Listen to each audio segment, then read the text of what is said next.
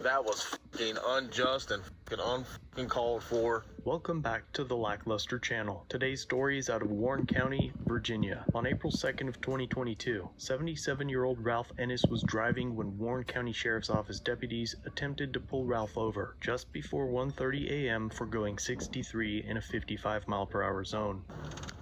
402, there's a 40-mile-an-hour pursuit. They're headed southbound, passing Reliance on 522. Mr. Ennis suffers from dementia and didn't stop for almost 4 miles when he pulled into a 7-Eleven gas station parking lot. In the initial news release, the sheriff's office claimed that Ralph exited his truck following deputies' commands but refused to drop his keys. After, a deputy came from behind, grabbed Ennis's arms, and escorted him to the back of the truck. While attempting to restrain Ennis, 2 deputies and Mr. Ennis fell over the protruding trailer hitch of his pickup truck. The sheriff's office claimed that Mr. Ennis sustained 2 non-life-threatening injuries, a cut to the ring finger of his right hand and a cut above his right brow near his forehead. The dash cam and body cam show something completely different. They're being out with them at the 7-Eleven. Jesus Christ, man, just grab a hold of him. What are you...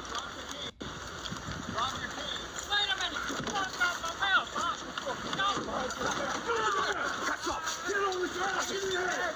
Give me your hand! Give me your hand!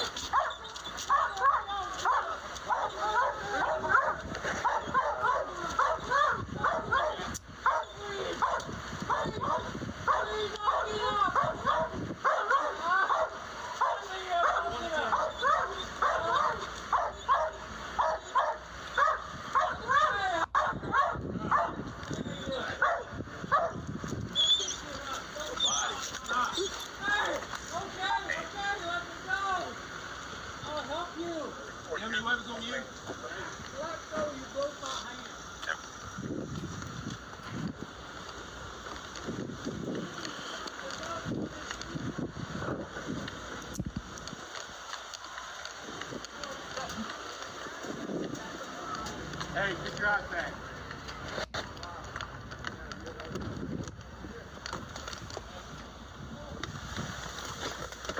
That was fucking unjust and fucking uncalled for. Jesus Christ. Oh, that's gonna be... At the end, the man saying that the incident was unjust was Corporal Lowry. Without him filming this incident and reporting the true event as it actually occurred, we would be left with the absolute lie that the sheriff's office released. Corporal Lowry wrote in his report that when he arrived on scene, he observed an elderly man that appeared confused, opened the driver's side door with his arms down by his side, and that another deputy ran behind Mr. Ennis and placed his arms behind his back, jerking Mr. Ennis towards the Ford F-150, slamming him into the camper face first, and observing Mr. Ennis spit something out on the pavement just below his body. He also wrote that another deputy came from the side of Mr. Ennis and grabbed him, while the other deputy had his hands behind his back, that Mr. Ennis was pushed over, but his legs had caught the hitch of the back of the truck, and that 2 deputies and Mr. Ennis were on the ground at this point. But the lies that the sheriff's office released isn't the worst part. Mr. Ennis was transported to the Warren Memorial Hospital, where he began exhibiting signs of a cranial bleed and was taken by ambulance to another hospital. Mr. Ennis died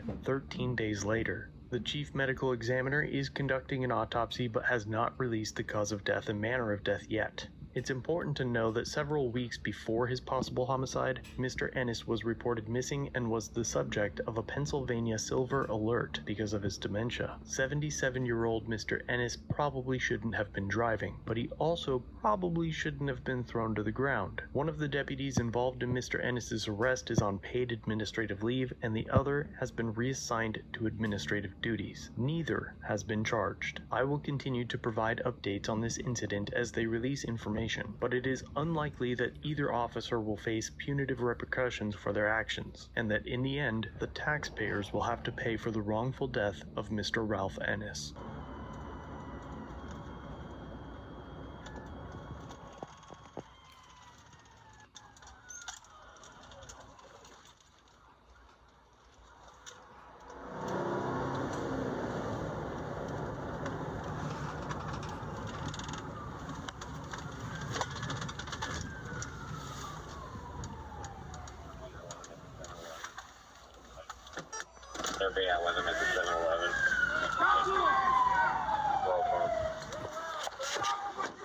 Christ, man. Just grab a hold of him.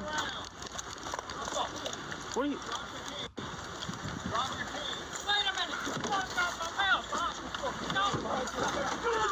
Catch up! Get on the ground! Give me your head! Give me your head!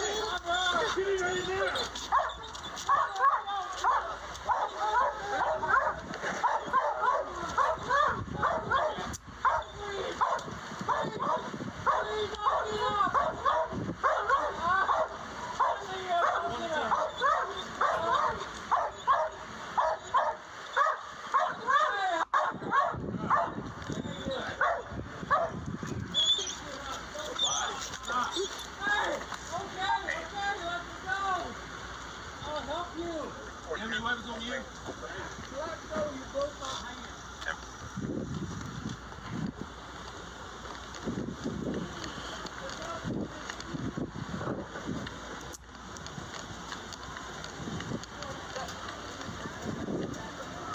Hey, get your eyes back.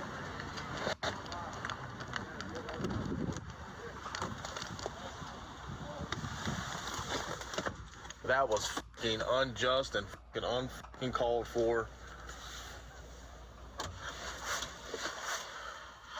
Jesus Christ. Oh, that's gonna be... As always,